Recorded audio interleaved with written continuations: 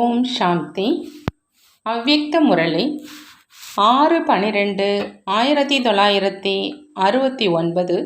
அவ்யக்த பாப்தாதா, மதுபன். சரள சுபாவத்தின் மூலம் புத்தியை விசாலமானதாகவும் தொலைநோக்கு உடையதாகவும் ஆக்குங்கள். இன்றைய சபையில் எத்தகைய விசேஷமான நறுமணம் உள்ளது மற்றும் எத்தகைய விசேஷமான கவர்ச்சியும் உள்ளது. அனைவருக்குமே அன்பு இருக்கத்தான் செய்து. நீங்கள் எதற்காக அழைக்கப்பட்டிருக்கீங்க? இங்கே வந்திருக்கும் அனைவரும் திரும்பி செல்வதற்கு தயாராகி வந்திருக்கீங்க அப்படின்னு புரிஞ்சுக்கலாமா? எவரடியாக இருக்கிறாங்க, சதா தயார் நிலையிலேயே இருக்கிறாங்க. அழைப்பு கிடைத்தவுடன் ஒரு வினாடியில் தன்னுடைய மீதம் இருக்கும் அனைத்தையும் அடக்கவும் இயலும் மற்றும் தாண்டவும் இயலும். நாடகத்தின் அழைப்பிற்கு எவ்வளோ நேரம் எடுத்தது, அதாவது பிரம்ம பாபாவுக்கு அப்படிங்கிறத நடைமுறையில் பார்த்தீங்க இல்லையா? ஒரு பக்கம் அடக்கணும், இன்னொரு பக்கம் உயரம் தாண்டி குதிச்சிடணும். இந்த இரு காட்சிகளை பார்த்தீங்க. இது நாடகத்தில் எதற்காக நடந்தது? கற்பிப்பதற்காக நடந்தது. ஆகையினால் அத்தகைய தயார் நிலையில் இருக்கிறவங்களாக ஆகணும். இப்பொழுது தயாராக இருக்கிறவங்களுடைய வரிசை ஆரம்பமாக ஆயிடுச்சு. இந்த வரிசையில் யாருடைய எண்ணம் வர முடியும்? உங்கள் அனைவருடைய எண்ணத்தில் இருக்குது இல்லையா? அது ஒரு பொழுதும் நடைபெறாது. ஆனால் நடைபெறும் பொழுது எளிதாக நடைபெறும். இந்த பிராமண குலத்தின் பழக்கம் ஆரம்பம் ஆயிடுச்சு. இந்த பழக்கம், அதாவது திடீரென்று சரீரம் விடுதல் கூட நாடகத்தில் ஏன் உருவாகி இருக்குது என்பதும் கூட மிகவும் மறைமுகமான ரகசியம். ஆகினால விரைவாக அடக்கி கொள்ள இயலணும் மற்றும் தாண்டவும் இயலணும். இதற்கான முயற்சியை முதலிலிருந்தே செஞ்சிடுங்க. ஒடுக்கும் சக்தி, அதாவது அடக்கும் சக்தி எவரிடம் இருக்க முடியும்? சரள சுபாவம் உடையவர்களிடம் ஒடுக்கும் சக்தி சகஜமாக வர முடியும். சரள சுபாவம் உடையவங்க அனைவருடைய சகயோகியாகவும் இருப்பாங்க. யார் அனைவருடைய சிநேகியாக இருக்கிறாங்களோ அவங்களுக்கு அனைவரின் மூலம் சகயோகம் கிடைக்கிது. ஆகையினால அவர்களால் அனைத்து விஷயங்களையும் எளிதாக எதிர்கொள்ளவும் அடக்கவும் இயலுது.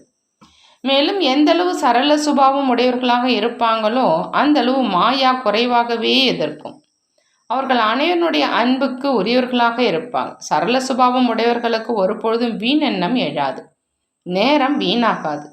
வீண் எண்ணம் எழாத காரணத்தினால அவர்களுடைய புத்தி விசாலமாகவும் தொலைநோக்குடனும் இருக்குது. ஆகவே அவர்கள் முன்பு எந்த ஒரு பிரச்சனையும் எதிர்க்க முடியாது. எந்த அளவு சரளத்தன்மை இருக்குமோ அந்த அளவு தூய்மையும் இருக்கும். தூய்மை அனைவரையும் தன்பால் கவர்ச்சிக்குது.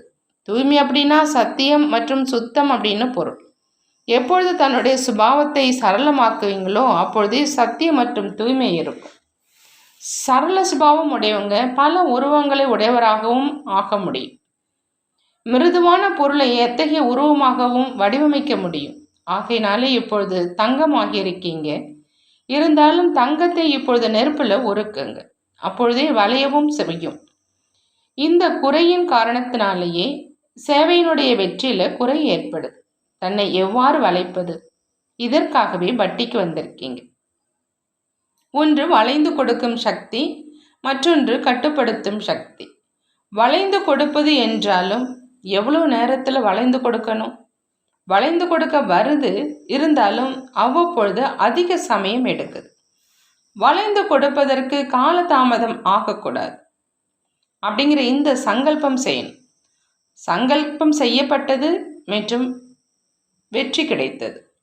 உங்களுடைய ஒவ்வொரு எண்ணம், ஒவ்வொரு வார்த்தைக்கும் வெற்றி கிடைக்கும்படி இந்த பட்டியின் மூலம் பரிபக்குவம் ஆகி செல்லணும். அவங்க உலகத்தில் இருக்கிறவங்க ரித்தி சித்தியை அடைகிறாங்க. ஆனால் இங்கு அடைவது யோகத்தினுடைய ரித்தி சித்தி ஆகும். நினைவினுடைய ரித்தி சித்தி அப்படின்னா என்ன அப்படிங்கிறதையும் கற்றுக்கணும். யார் வெற்றி அடைகிறாங்களோ அவங்களுடைய எண்ணம், வார்த்தை மற்றும் ஒவ்வொரு செயல் வெற்றிகரமானதாக ஆகுது. ஒரு எண்ணம் கூட வீணாக எழாது. வெற்றி பெறக்கூடிய சங்கல்பமே எழும். யாருடைய ஒரு சங்கல்பம் கூட வெற்றி பெறாமல் இருப்பதில்லையோ அவர்களையே சேவாதாரி அப்படின்னு சொல்லப்படுது. அதாவது வெற்றி கிடைக்க முடியாத எந்த ஒரு சங்கல்பமும் எழக்கூடாது. உங்களுடைய ஒவ்வொரு சங்கல்பத்துக்கும் மதிப்பு இருக்கு. ஆனால் எப்பொழுது தனக்குத்தான் மதிப்பு அளிப்பீங்களோ அப்பொழுது அநேக ஆத்மாக்கள் கூட ரத்னங்களாகிய உங்களுடைய மதிப்பை அறிவாங்க. இந்த பட்டியின் மூலம் ஒவ்வொருவருடைய முகமும் சைத்தன்ய அருங்காட்சியாக மாறி வெளிவரணும். பல அருங்காட்சியகங்களை நீங்கள் உருவாக்கி இருக்கீங்க. ஆனால் இப்பொழுது ஒவ்வொருவரும் தனது முகத்தை சைத்தன்ய அருங்காட்சியகமாக ஆக்கணும். இந்த சைத்தன்ய முகம் என்ற அருங்காட்சியகத்தில் எத்தனை சித்திரங்கள் இருக்குது? இந்த முகம் அப்படிங்கிற அந்த அருங்காட்சியகத்தில் எந்தெந்த சித்திரத்தை மாட்டுவீங்க? அருங்காட்சியகத்தில் முதல்ல சித்திரங்களை அமைப்பாங்க, பின்னர் அலங்காரம் செய்யப்படுது, அதன் பின் திறப்பு விழா நடத்தப்படுது, பிறகு கருத்துக்கள் எழுதி வாங்கப்படுது. உங்களுடைய இந்த சைத்தன்ய அருங்காட்சியகத்தில் 3 முக்கிய சித்திரங்கள் உள்ளன: பிருக்குட்டி, கண்கள் மற்றும் வாய். இவற்றின் மூலமாகவே உங்களுடைய நினைவு, விருத்தி, திருஷ்டி மற்றும் வார்த்தைகள் அறியப்படுகின்றன. திருமூர்த்தி, லட்சுமி நாராயணன் மற்றும் ஏணிப்படி ஆகிய இந்த 3ம் முக்கியமான சித்திரங்கள் இல்லையா? இவற்றில் முழு ஞானமும் அடங்கியிருக்குது. அதே மாதிரி இந்த முகத்தில் அனாதியிலிருந்தே இந்த சித்திரங்கள் பொருந்தி இருக்கின்றன. தொலைவிலிருந்தே இந்த சித்திரங்கள் தன்பால் வசீகரிக்கும்படி இவற்றினை அலங்காரம் செய்யணும். கவர்ச்சிக்கப்படாமல் எவரும் இருக்க முடியாது அப்படிங்கிற மாதிரி அலங்கரிக்கணும். நீங்கள் அருங்காட்சியகத்தை உருவாக்கும் பொழுது யாரையும் அழைக்க வேண்டிய அவசியம் ஏற்பட்டால் தொலைவில் இருந்தபடியே கவர்ச்சிக்கும் அளவு அலங்காரம் செய்வதற்கு முயற்சி செய்கிறீங்க இல்லையா? அதே மாதிரி நீங்கள் ஒவ்வொருவரும் தன்னுடைய முக அருங்காட்சியகத்தை தயார் செய்யணும். என்னவெல்லாம் கேட்டீங்களோ அவற்றை ஆழமாக சிந்தித்து ஒவ்வொரு நரம்பிலும் நிரப்பணும். யாரெல்லாம் எந்த அளவு ஆழமாக கேட்கின்றார்களோ அந்த அளவு தன்னுடைய நடத்தையில் பிரத்யட்ச ரூபத்தில் கொண்டு வந்திருக்கிறாங்க. அந்த சமஸ்காரங்களை பிரத்யட்சம் செய்வதற்காக ஒவ்வொரு விஷயத்தின் ஆழத்தில் செல்லுங்க. மேலும் தன்னுடைய ஒவ்வொரு நரம்பிலும் அந்த சமஸ்காரத்தை நிரப்புங்க. எந்த ஒரு விஷயத்தையும் தனக்குள் நிரப்புவதற்காக என்ன செய்யப்படுது? ஒன்று ஆழத்தில் செல்லப்படுது மற்றும் உள்ளுக்குள்ள பதிய வைக்கப்படுது. இடித்து இடித்து உறுதியாக்கப்படுது. இடிப்பது அப்படின்னா ஒவ்வொரு விஷயத்தையும் ஆழமாக பதிய வைப்பது. இந்த பட்டியில் சமஸ்காரங்களை பிரத்யட்ச ரூபத்தில் கொணர்வதற்கான உறுதிமொழி எடுத்துக்கொண்டு செல்லணும். எந்த அளவு தந்தையை பிரத்யட்சம் செய்வீங்களோ அந்த அளவு தன்னை பிரத்யட்சம் செய்வீங்க.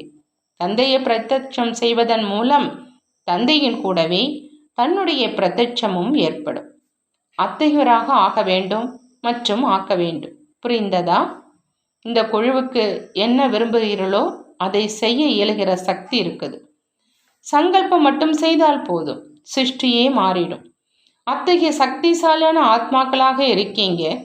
ஆனால் இப்பொழுது என்ன சக்திசாலியான சங்கல்பம் செய்யணும்? அதை மீண்டும் நினைவுபடுத்தி கொள்ளணும். சாதாரணமானவங்க எவரும் மதுவனத்தில் கால் வைக்க முடியாது அப்படிங்கிற அந்த மகிமை மதுவனத்துக்கு இருக்குது. மதுவனம் அப்படிங்கிறது சௌபாக்கியத்தின் ரேகையாகும். இந்த கோட்டுக்குள்ள வேறு எவரும் கால் பதிக்க முடியாது. இது அன்பின் ரேகை. இந்த அன்பின் வளையத்துக்குள் பாப்தாதா இருந்து வருகின்றார்கள் அப்படிங்கிறத உங்கள் அனைவருக்கும் பாப்தாதா புரிய வச்சிருக்கிறாங்க. தன்னுடைய தலையை துண்டித்து வைத்தாலும் கூட இதற்குள் வேறு எவருமே வர முடியாது. சாக்கார உருவத்தில் அன்பு கிடைப்பது என்பது ஒன்றும் சிறிய விஷயம் கிடையாது. வருங்காலத்தில் எப்பொழுது அனைவரும் அழுவதை காண்பீர்களோ அப்பொழுது உங்களுக்கு இந்த அன்பின் மதிப்பு தெரிய வரும். அழுதபடி உங்களுடைய பாதங்களில் விழுவார்கள். நீங்கள் அனைவரும் அன்பு கடலையே, அதாவது பாபாவையே தனக்குள் அடக்கி வச்சிருக்கீங்க. அவங்க ஒரு துளிக்காக தாகத்துடன் இருப்பாங்க. இத்தகைய சௌபாக்கியம் எவருக்காவது கிடைக்க முடியுமா? சர்வ சம்பந்தங்களின் சுகம் மற்றும் ரசனை ஆத்மாக்களாகிய உங்களுக்குள் என்ன நிறைந்திருக்கிறதோ அது வேறு எவருக்கும் இருக்க முடியாது. எனவே நாடகத்தில் தனக்கு கிடைச்சிருக்கிற இவ்வளவு உயர்ந்த பாக்கியத்தை எதிரில் வைக்கணும். எதிரில் வைப்பதனால அதற்கு கைமாறு செய்யணும் என்பது தானே நினைவு வரும். நல்லது. ஓம் சாந்தி. நன்றி பாபா, நன்றி.